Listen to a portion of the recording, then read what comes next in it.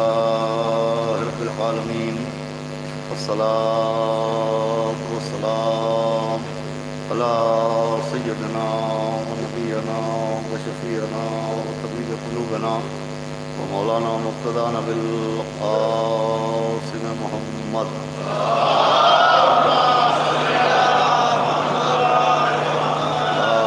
آله الطيبين الطاهرين المعصومين ولعنة الله على أعدائهم أجمعين من يومنا هذا إلى يوم الدين.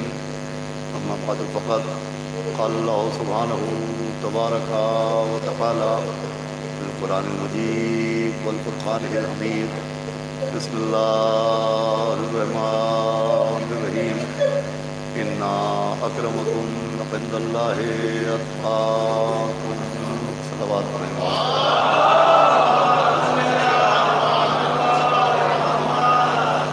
حضرات گرامی، غمزدہ خاندان کے لیے، پہلے غم کے لیے، تسکین قلب کے لیے اور مرحوم کے درجات کی بلندی اور اصالہ ثواب کی خاطر اس وقت گفتگو کرنے کے لیے میں نے آپ کے سامنے قرآن مجید کی جس آیہ کریمہ کے ایک فقرے کو تلاوت کرنے کا شرف حاصل کیا ہے. اس فقرہ آیت قرآنی میں تشریف لیں. ایک صلوات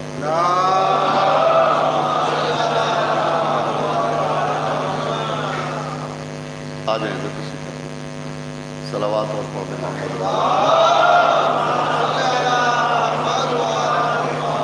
بہت وضاحت کے ساتھ اعلان ہو رہا ہے کہ تم لوگوں میں اللہ کے نزدیک سب سے زیادہ عزت کا حقدار وہ ہوتا ہے جس کے پاس سب سے زیادہ تقویٰ ہوتا ہے.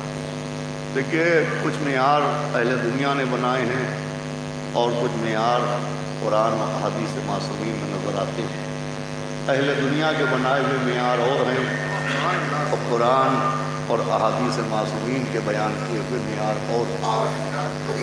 اکثر و بیشتر ہم آپ اس دنیا میں یہ دیکھتے ہیں کہ کسی شخص کی عزت کے لیے اہل دنیا نے جو معیار بنائے ہیں ان معیاروں میں معیار یہ ہے کہ کسی شخص کی عزت کے لیے مال دنیا کو معیار بنایا جاتا ہے، زمین و جائیداد کو معیار بنایا جاتا ہے، باغ و باغات کو معیار بنایا جاتا ہے، شہرت و نام و نمود کو معیار بنایا جاتا ہے. یعنی اہل دنیا کسی عزت کے لیے، کسی شخص کی عزت کے لیے زمین و جائیداد کو، مال و منان کو اور شہرت و نام و نمود کو دیکھتے ہیں. اگر اللہ کسی شخص کی عزت کے لیے نہیں دیکھتا کہ اس کے پاس مال دنیا ہے کہ نہیں، اس کے پاس زمین و جائیداد ہے کہ نہیں، اس کے پاس باغ و باغات ہیں کہ نہیں، اس کے پاس شہرت و نام و نمود ہے کہ نہیں، اللہ صرف اتنا دیکھتا ہے کہ اس کے پاس تقویٰ ہے کہ نہیں. اگر تقویٰ ہوتا ہے تو انسان اللہ کی نظر میں قابل قدر بنتا ہے. اگر تقویٰ ہوتا ہے تو انسان اللہ کی نظر میں قابل عزت بنتا ہے. رضان گرامی، سب سے زیادہ اہمیت جو نگاہ قدرت میں ہے وہ تقوی کی ہے. یہ تقویٰ اتنی اہمیت کا حامل ہے کہ قرآن میں جہاں جہاں بھی صاحبان ایمان کو جس حکم سے بھی نوازا جا رہا ہے اور جس عمل کے لیے بھی دعوت دی جا رہی ہے تو اس میں جگہ جگہ ہمیں یہی شرط نظر آ رہی ہے کہ بسم اللہ الرحمن الرحیم، یا ایھا الذین آمنوا اتقوا اللہ وکونوا مع الصادقین، کہ ایمان لانے والوں تقوی اختیار کرو اور سچوں کے ساتھ ہو جاؤ. یا ایھا الذین آمنوا اتقوا اللہ وابتغوا الیہ الوسیلہ، ایمان لانے والوں تقوی اختیار کرو اور وسیلے کی جستجو کرو. یعنی ایمان کے بعد جو سب سے اہم حکم دیا جا رہا ہے وہ اسی تقوی کا حکم دیا جا رہا ہے. اور پھر عزیزوں، یہ تقوی، متقی ہونا، پرہیزگار ہونا، تقوی کے دامن سے متمسک ہونا اتنا ضروری ہے کہ وہ قرآن جو ہماری آپ کی ہدایت کے لیے آیا ہے، وہ قرآن جس کی سطر سطر ہدایت ہے، وہ قرآن جس کا زیر و زبر ہدایت ہے، وہ قرآن جس کی آیت آیت ہدایت ہے، وہ قرآن جس میں ہر مرض کی دوا موجود ہے، وہ قرآن جس میں ہر بے راہ کے لیے راہ موجود ہے، وہ قرآن یقیناً ہدایت دینے کے لیے آیا ہے. لیکن قرآن سے ہدایت لینے کی بھی کچھ شرطیں ہیں۔ بھائی قرآن آیا ہے ہدایت دینے کے لیے، توجہ سنیے گا، مقصد قرآن ہی یہ ہے کہ قرآن کے ذریعے انسان ہدایت حاصل کرے، مگر حصول ہدایت کی بھی کچھ شرطیں ہیں، اور حصول ہدایت کی شرطوں میں ایک شرط یہ ہے کہ بسم اللہ الرحمن الرحیم الف لام میم ذالک الکتاب لا ریب فیہ ھدی للمتقین، یعنی قرآن ہدایت ہے مگر متقین کے لیے ہدایت ہے، جن کے پاس تقویٰ ہے ان کے لیے ہدایت ہے۔ اس کا مطلب یہ ہے کہ قرآن سے ہدایت حاصل کرنے کے لیے صرف قاری ہونا کافی نہیں ہے، متقی ہونا بھی ضروری ہے۔ ایسا نہیں ہے کہ ہم نے قرآن پڑھا تو ہمیں ہدایت مل گئی، ہم نے آیتوں پر نظر ڈالی اور ہمیں ہدایت مل گئی، ہم نے قرآن کا مطالعہ کیا اور ہمیں ہدایت مل گئی، ایسا نہیں ہے۔ صرف قرآن پڑھنے سے ہدایت نہیں ملے گی، بلکہ قرآن پڑھنے والے کی زبان پر آیت کے ساتھ ساتھ دل میں تقویٰ ہونا بھی ضروری ہے۔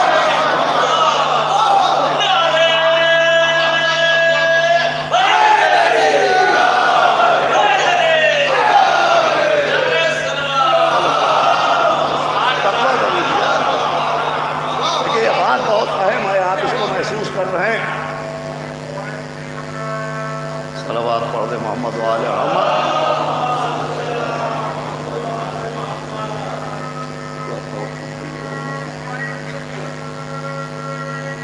صلی اللہ علیہ وسلم۔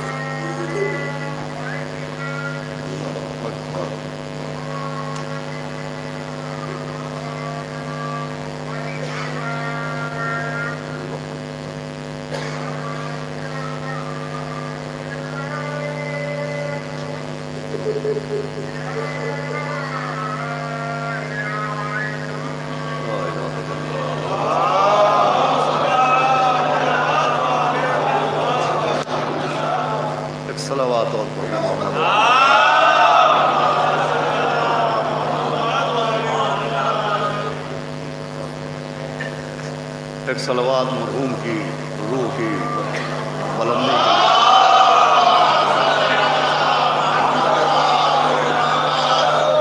لیے۔ تو اللہ نے گرامی میں عرض کر رہا تھا آپ کی خدمت میں کہ تقویٰ نگاہ قدرت میں سب سے زیادہ جو اہمیت ہے وہ تقوی کی، کہ وہ قرآن جو ہماری آپ کی ہدایت کے لیے آیا ہے، اس قرآن سے ہدایت حاصل کرنے کے لیے بھی صرف قاری ہونے کی شرط نہیں ہے، بلکہ متقی ہونا ضروری ہے۔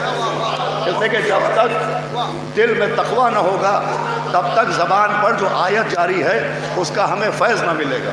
سب سے اہم عزیزان گرامی تقویٰ ہے، اور اس کی دلیل یہ ہے کہ قرآن جو ہدایت دینے کے لیے آیا ہے، قرآن جو ہماری رہنمائی کے لیے آیا ہے، میں عرض کر رہا ہوں بغیر تقوی کے وہ کافی نہیں ہے۔ اس کی سب سے بین دلیل یہ ہے کہ ملت مسلمہ میں کم سے کم تلاوت قرآن پر اتفاق ہے۔ بھائی یہی قرآن ہے جو ساری ملت مسلمہ پڑھتی ہے، یہی بسم اللہ سے شروع ہونے والا، یہی والناس پر تمام ہونے والا، یہی 114 سوروں والا، یہی 30 پاروں والا۔ بھائی قرآن یہی ہے جو سب کے سب قرآن پڑھ رہے ہیں۔ بہت سے معاملات میں اختلاف ہے، مگر قرآن کی تلاوت میں تو کوئی اختلاف نہیں ہے۔ لیکن اس کے باوجود ایک سچائی یہ ہے کہ ایک ہی قرآن ہے، ایک ہی آیتیں ہیں جو سب کے سب پڑھ رہے ہیں، مگر اس کے باوجود قرآن ایک ہے لیکن سب کے عقیدے ایک نہیں۔ قرآن ایک ہے، سب کے نظریے ایک نہیں۔ قرآن ایک ہے، سب کا نماز پڑھنے کا طریقہ ایک نہیں۔ قرآن ایک ہے، سب کا روزہ کھولنے کا وقت ایک نہیں۔ قرآن ایک ہے، سب کے شریعت کے مسائل ایک نہیں۔ قرآن ایک ہے، سب کے نکاح کے معاملات ایک نہیں۔ قرآن ایک ہے، سب کے طلاق کے مسئلے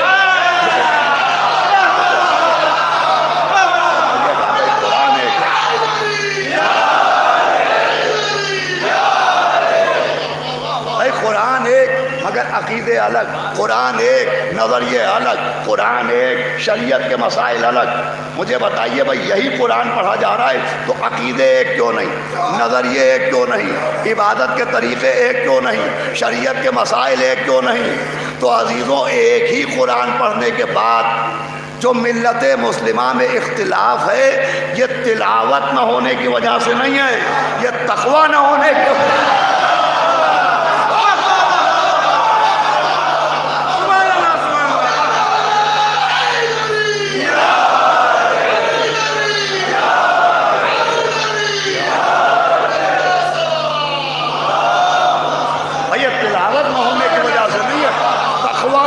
کی وجہ سے ہے۔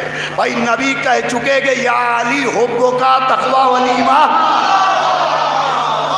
بھائی علی کی محبت تقیتاً محبت علی ہے اور حقیقتاً یا علی حب کا تقوی ولیمان۔ تو عزیزان گرامی بغیر تقوی کے قرآن پڑھنے کے باوجود بھی فیض نہیں ملے گا، قرآن پڑھنے کے باوجود بھی قرآن سے ہدایت نہیں ملے گی اگر تقوی نہیں ہوگا۔ اور اس کی سب سے بڑی دلیل یہ ہے کہ ملت مسلمہ میں ایک طبقہ ایسا ہے جو توسل کا منکر ہے، جو وسیلے کا انکار کرتا ہے، جو کہتا ہے صاحب اہل بیت اطہار سے توسل نہیں کرنا چاہیے، پیغمبر اسلام کو وسیلہ نہیں بنانا چاہیے، یا رسول اللہ نہیں کہنا چاہیے، یا علی مدد نہیں کہنا چاہیے۔ بھئی ایک طبقہ انکار توسل کرتا ہے، ایک طبقہ وسیلے کا منکر ہے۔ تو جب آپ ان کے پڑھے لکھے لوگوں سے گفتگو کیجئے کہ آخر آپ توسل کا انکار کیوں کرتے ہیں، تو جب آپ ان سے دلیل پوچھئے گا تو وہ آپ کو کتاب کی روایت نہیں سنائیں گے، وہ بھی قرآن کی آیت سنائیں گے کہ ایاک نعبد و ایاک نستعین۔ بھائی وہ بھی آپ کو قرآن کی آیت سنائیں گے۔ جیسے ہم سے کوئی پوچھے تم اہل بیت سے مودت کیوں کرتے ہو، تو ہم روایت نہیں سناتے، آیہ مودت سناتے ہیں۔ بھائی توجہ ہے کہ نہیں؟ ہم سے کوئی پوچھے تم اہل بیت کو معصوم کیوں مانتے ہو، ہم روایت نہیں سناتے ہیں، آیہ تطہیر سناتے ہیں۔ ہم سے کوئی پوچھے تم مولا علی کو ولی کیوں مانتے ہو، ہم روایت نہیں سناتے ہیں، آیت قدیر سناتے ہیں۔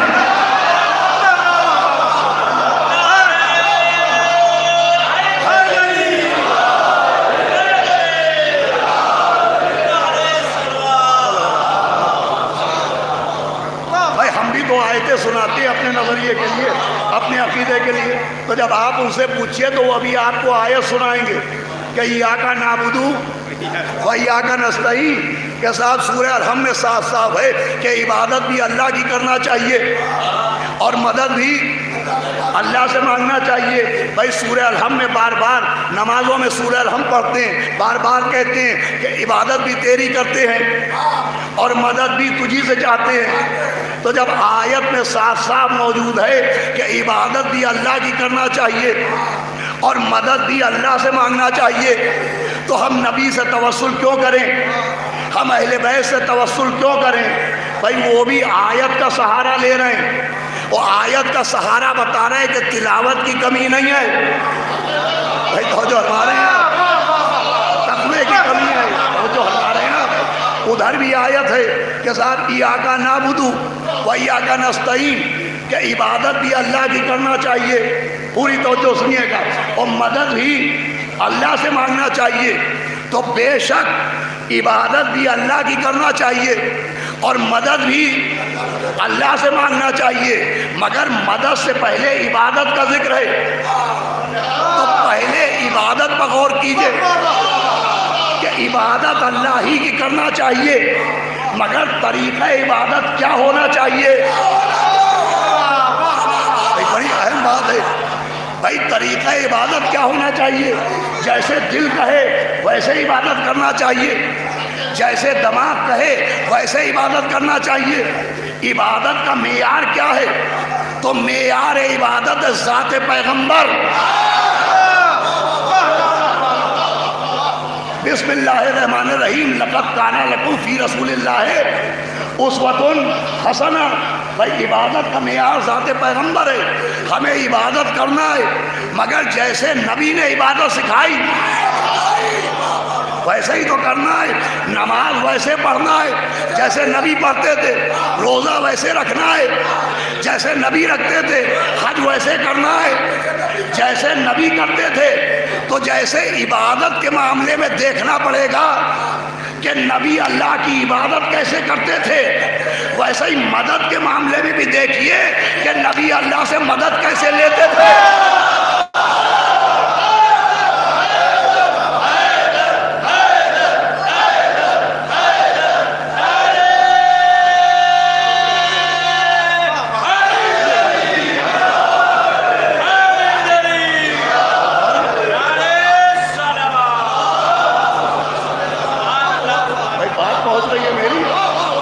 عبادت کے لیے دیکھا جائے گا نبی نماز کیسے پڑھتے تھے، نبی روزہ کیسے رکھتے تھے، نبی حج کیسے کرتے تھے، ویسے ہی ایاک نستعین کے لیے دیکھنا پڑے گا کہ نبی اللہ سے مدد کیسے مانگتے تھے۔ اب اگر صرف یا اللہ کہہ کے مدد مانگتے ہو تو یا اللہ کہتے رہیے، لیکن اگر نبی نعت علی پڑھتے نہ ہو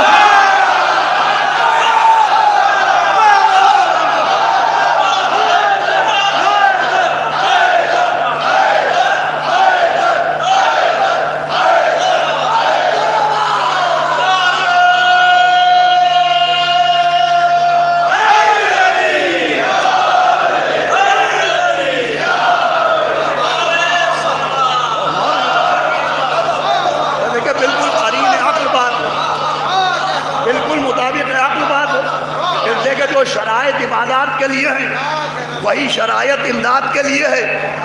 ایاک نعبد کے معاملے میں ہم یہ نہیں کہہ سکتے کہ ہمارا دل یہ کہتا ہے، ہمارا دماغ یہ کہتا ہے، اس میں آئیڈیل ہے ذات پیغمبر۔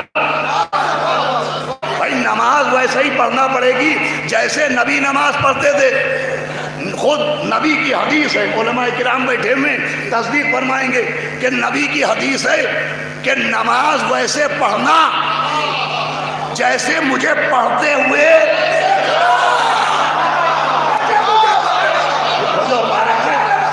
نبی کی حدیث ہے۔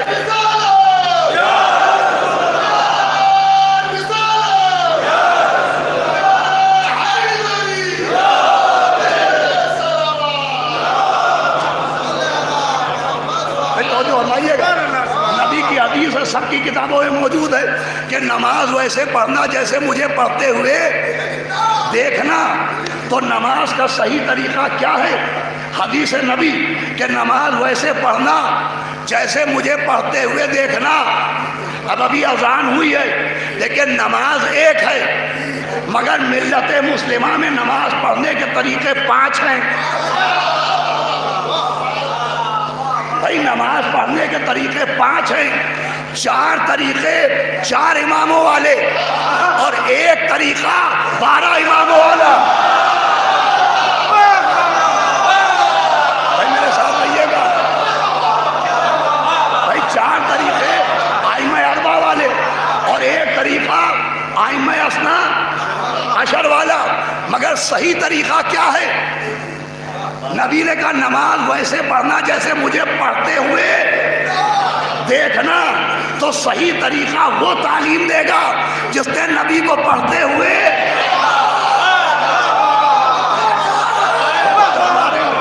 دیکھا ہو. اب ہم ائمہ 4 کے سب سے پہلے کے پاس پہنچے کہ آپ بتائیں آپ نے نبی کو کتنی مرتبہ نماز پڑھتے دیکھا؟ تو تاریخ نے کہا یہ نبی کے 80 سال بعد پیدا ہوئے. انہوں نے نبی کو ہی نہیں دیکھا. دوسرے ان کے بعد، تیسرے ان کے بعد، چوتھے ان کے بعد. تو یہ 4 معلمین نماز، ان میں کسی نے نبی کو نہیں دیکھا، نماز پڑھتے نہیں دیکھا. اب ہم پہنچے 12 اماموں کے پاس کہ آپ بتائیں. تو تاریخ نے کہا 12 اماموں میں پہلا امام وہ ہے جس نے نبی کو سب سے پہلے نماز پڑھتے دیکھا. میرے ساتھ رہیے گا. دوسرا امام وہ ہے جس نے پہلو میں کھڑے ہو کے نماز پڑھتے دیکھا. اور تیسرا امام وہ ہے جس نے پیٹھ پر بیٹھ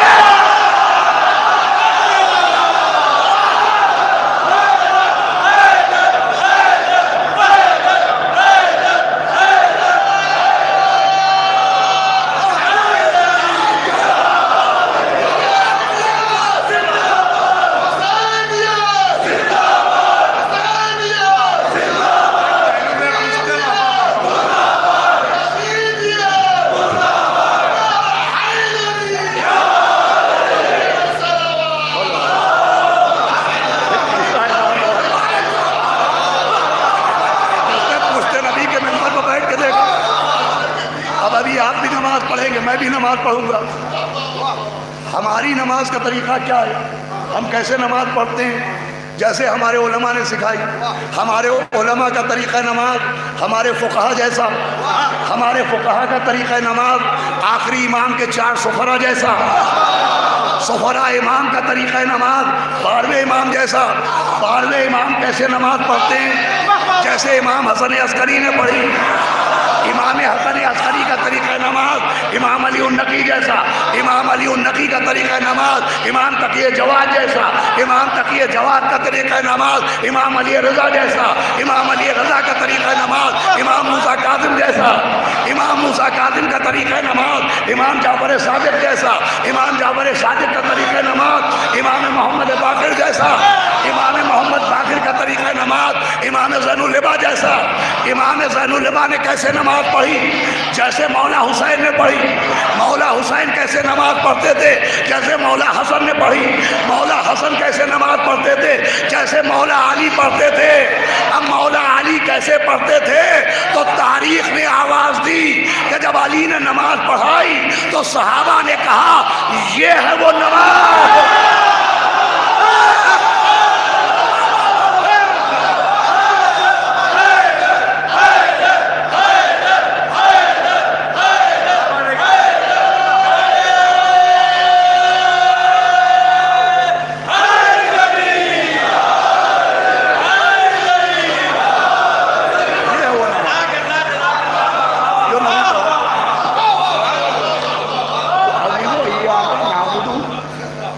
ذات پیغمبر. تو ایاک نستعین کا معیار کون ہوگا؟ ذات پیغمبر. بھائی مدد بھی ویسے ہی مانگنا پڑے گی جیسے نبی اللہ سے مدد مانگتے تھے. بھائی جیسے نماز ویسے ہی پڑھنا ہے جیسے نبی نماز پڑھتے تھے. تو مدد بھی تو ویسے ہی مانگنا ہے. اور آخری آدمی تو توجہ، جیسے نبی اللہ سے مدد مانگتے تھے. بات روایت کی کروں تو انکار ہو جائے کسی گناہگار کی کتاب کی بات ہو تو رد کر دی جائے، لیکن یہ بیان نہیں ہے، قرآن ہے جو پیش کرنے جا رہا ہوں، روایت نہیں آیت ہے کہ نبی نے ہاتھ اٹھائے، کہا بسم اللہ الرحمن الرحیم وَاجْعَلْ لِي مِن لَدُنْكَ سُلْطَانًا نَصِيرًا۔ علماء بیٹھے ہیں، علماء تصدیق کریں گے کہ نبی نے کہا یا اللہ میرے لیے ایک مددگار بھیج دے، ایک مددگار بھیج دے۔ بھئی یہ جملہ چاہے جیسے سمجھیے گا، یہاں پر گفتگو کا موضوع ہی بدل گیا۔ نبی نے اللہ سے مدد نہیں مانگی، پورے کا پورا مددگار مانگا۔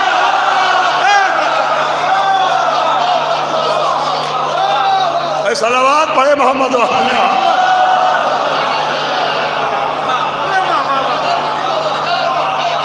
پورے کا پورا مددگار مانگا۔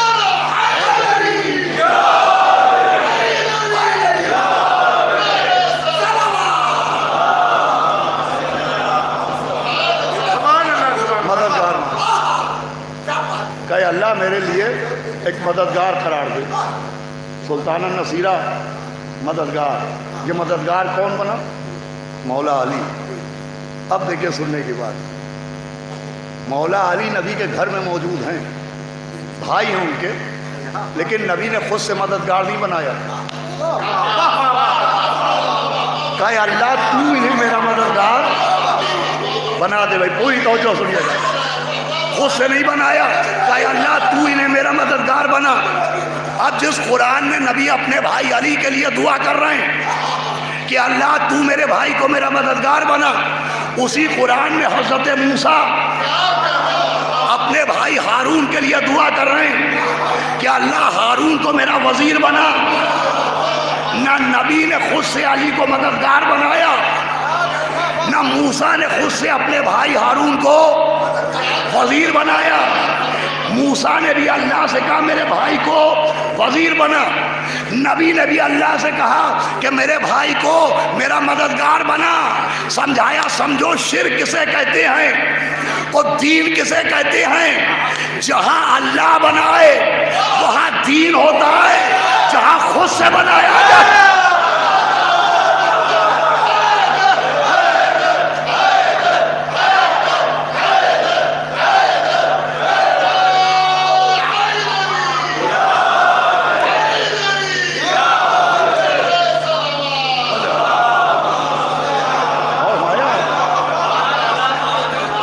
سے بنایا جائے وہاں شرک ہوتا ہے۔ اب دین کہاں ہے، شرک کہاں ہے؟ تاریخ میں ڈھونڈیے، غدیر کہاں ہے، سقیفہ کہاں ہے؟ دیکھیں شرک کے مسئلے میں بڑے بڑے لوگ اچھا کھاتے ہیں کہ قرآن میں مشرکوں کا ذکر ہے، اور ان مشرکوں کے ذکر کو ایک دلیل بنایا جاتا ہے کہ صاحب دیکھیں قرآن میں مشرکوں کا ذکر ہے، اور مشرکوں کو مشرک کہا گیا ہے اس لیے کہ وہ بتوں کو وسیلہ بناتے تھے، اور آپ معاذ اللہ پیغمبر ان کی آل کو وسیلہ بناتے ہیں۔ تو ان میں آپ میں کیا فرق ہے؟ تو پہلا فرق یہ ہے کہ ان کا وسیلہ خود ساختہ تھا، ہمارا وسیلہ خدا ساختہ ہے۔ اور دیکھو علماء اکرام بیٹھے ہوئے، ہمارا وسیلہ خدا ساختہ ہے۔ بھائی سورہ اعراف میں ان کو جو مشرک کہا گیا تو اس لیے نہیں کہ وہ وسیلہ بناتے ہیں، وسیلے کا حکم تو قرآن نے دیا وابتغوا الیہ الوسیلہ۔ بھائی انہیں وسیلہ بنانے کی وجہ سے مشرک نہیں کہا گیا، انہوں نے جن کو وسیلہ بنایا وہ وسیلہ بننے کے قابل نہیں تھے۔ بھائی قرآن کی آیتیں کہہ رہی ہیں جنہیں تم پکارتے ہو، کیا ان کی آنکھیں ہیں جو دیکھیں؟ کیا ان کے کان ہیں جو سنیں؟ کیا ان کے ہاتھ ہیں جو یہ گرفت کریں؟ بھائی سورہ اعراف کی آیتیں کہا جا رہا ہے یہ جنہیں تم بلا رہے ہو، پکار رہے ہو، کیا آنکھیں ہیں جو دیکھیں؟ کیا ان کے کان ہیں جو یہ سنیں؟ کیا ان کے ہاتھ ہیں جو یہ پکڑیں؟ بھائی اللہ نے انہیں وسیلہ بنانے کی وجہ سے مشرک نہیں کہا، وسیلے کے نام پر رانگ نمبر ملانے کی وجہ سے۔ اور جو ہمارے یہاں بھائی انہوں نے ایسے کا وسیلہ بنایا کہ گناہ کرو تو ٹوکیں گے نہیں، خطا کرو تو روکیں گے نہیں، گر جاؤ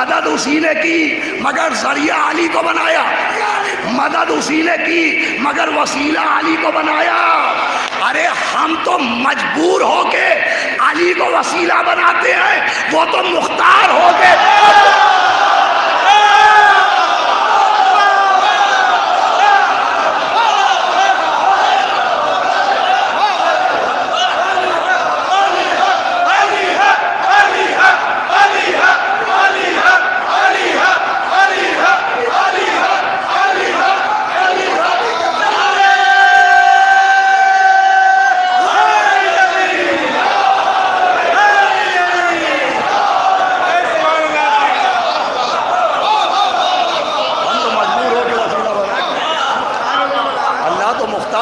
وسیلہ بنا رہے ہیں، ہم فقیر ہو کے وسیلہ بنا رہے ہیں، وہ قادر و قدیر ہو کے وسیلہ بنا رہا ہے۔ بھائی اس نے بھی مدد کی تو انہی کے وسیلے سے کی۔ اب جتنی دیر گفتگو کی اس کا نتیجہ پیش کرنا چاہتا ہوں، انہی کے ذریعے سے کی۔ ہم سے بھی کہا وابتغوا الی العلم، وسیلہ، وسیلے کی جستجو کرو۔ وسیلہ کون؟ نبی کی حدیث ہے یا علی انت وسیلۃ الی اللہ۔ نبی نے فرمایا اے علی آپ اللہ کی طرف وسیلہ۔ ہم بھی علی کو وسیلہ بناتے ہیں مدد مانگنے کے لیے، اللہ بھی علی کو وسیلہ بناتا ہے مدد کرنے کے لیے۔ دیکھیں یہ جملہ پہنچ گیا تو میری محنت سوال ہو۔ اس کا مطلب مولا علی وسیلہ ہیں، مولا علی وسیلہ ہیں، مگر یہ ون وے نہیں ہے، ون وے نہیں ہے۔ ہم سے بھی کہا ان کو ذریعہ بناؤ، اور خود بھی مختار و قادر و قدیر ہو کے انہی کو ذریعہ بنایا۔ جس کے ذریعے ہم اسے پکاریں وہ بھی علی، جس کے ذریعے وہ مدد کرے وہ بھی علی، جس کے وسیلے سے ہماری دعا یہاں سے وہاں جائے وہ بھی علی، جس کے کاندھے پر بیٹھ تو اس کی مدد وہاں سے یہاں آئے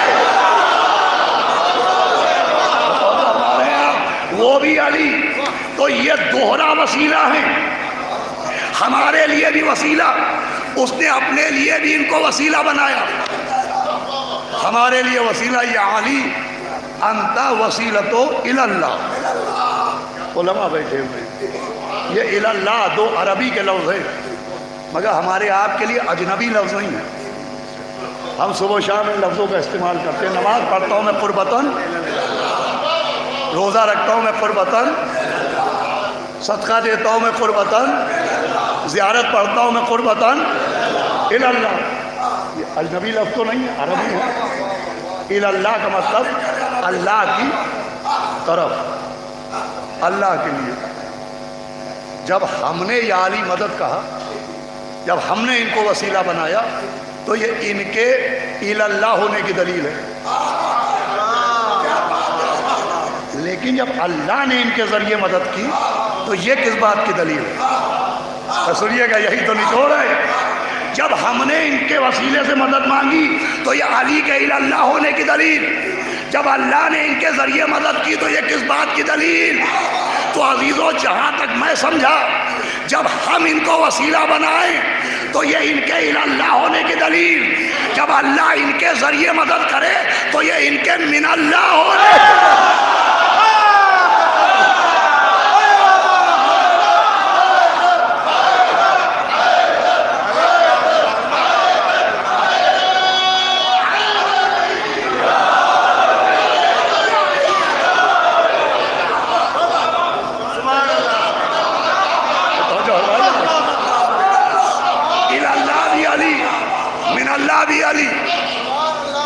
اللہ بھی علی ہے اور نصرت من اللہ بھی علی۔ تو یہ وسیلہ ہوئے دوہروں کے لیے، اس نے بھی اپنا وسیلہ بنایا، ہمارے لیے بھی وسیلہ بنے۔ تو جب یہ دوہرا وسیلہ ہیں تو ان کے کردار کی کتاب میں دوہری دوہری دلیلیں ملنا چاہیے، ان کی ذات میں صفات معبود بھی جھلکے، ان کے پاس پیکر بشر بھی ہو، اور دونوں چیزیں ملی۔ جب جو کی روٹی گھٹنے سے توڑی تو یہ اللہ ہونے کی دلیل جب درے خیبر انگلیوں کو اٹھایا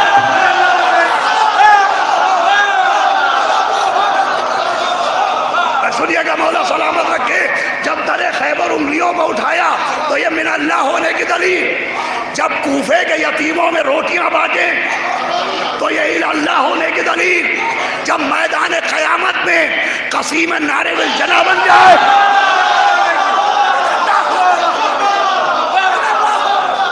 تو من اللہ ہونے کی دلیل جب قیامت میں جنت جہنم بانٹے تو من اللہ ہونے کی دلیل جب کوفے کے منبر سے علی کا خطبہ سنائی دے تو یہ اللہ ہونے کی دلیل جب شب معراج علی کا لہجہ سنا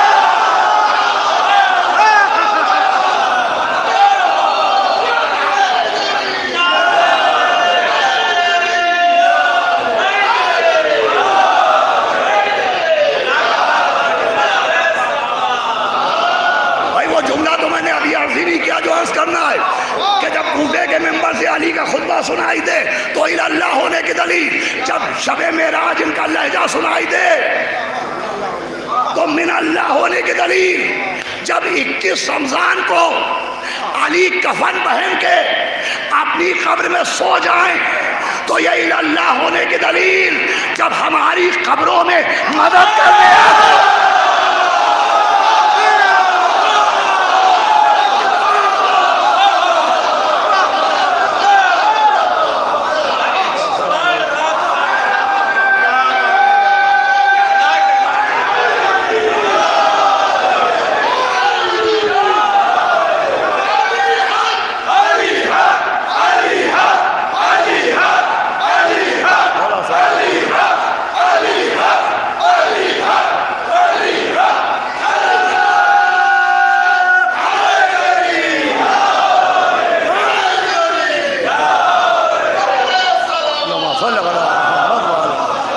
اللہ بھی علی ہے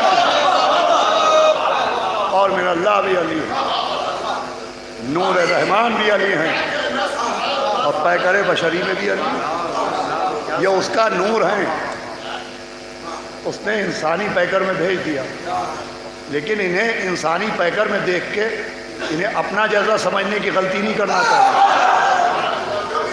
اس لیے کہ آیت کاغذ پر لکھی ہوتی ہے مگر کاغذ نہیں ہوتی ہے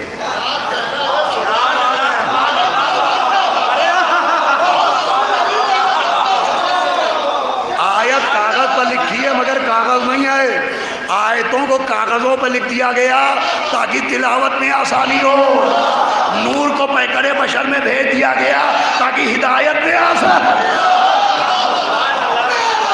حیدری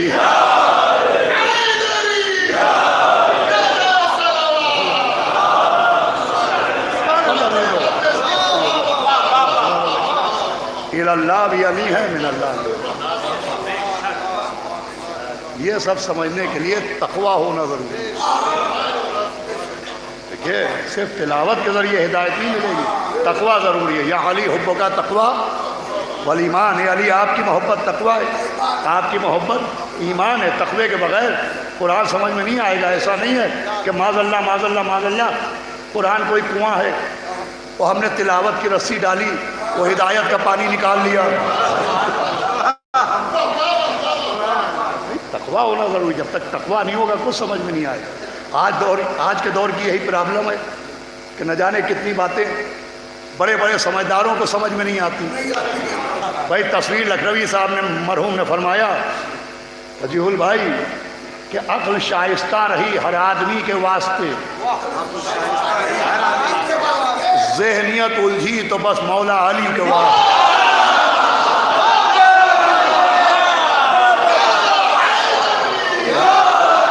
ہر معاملے میں ہوشیار ہر معاملے میں زیرک ہر معاملے میں جینیس ہر معاملے میں بدھی جیوی اور مولا علی کے معاملے میں بدھو بن گئے ارے عقل شائستہ رہی ہر آدمی کے واسطے ذہنیت الجھی تو بس مولا علی کے واسطے پہلے تو نور علی سے مول لے لی دشمنی اب لحد میں رو رہے روشنی کے واسطے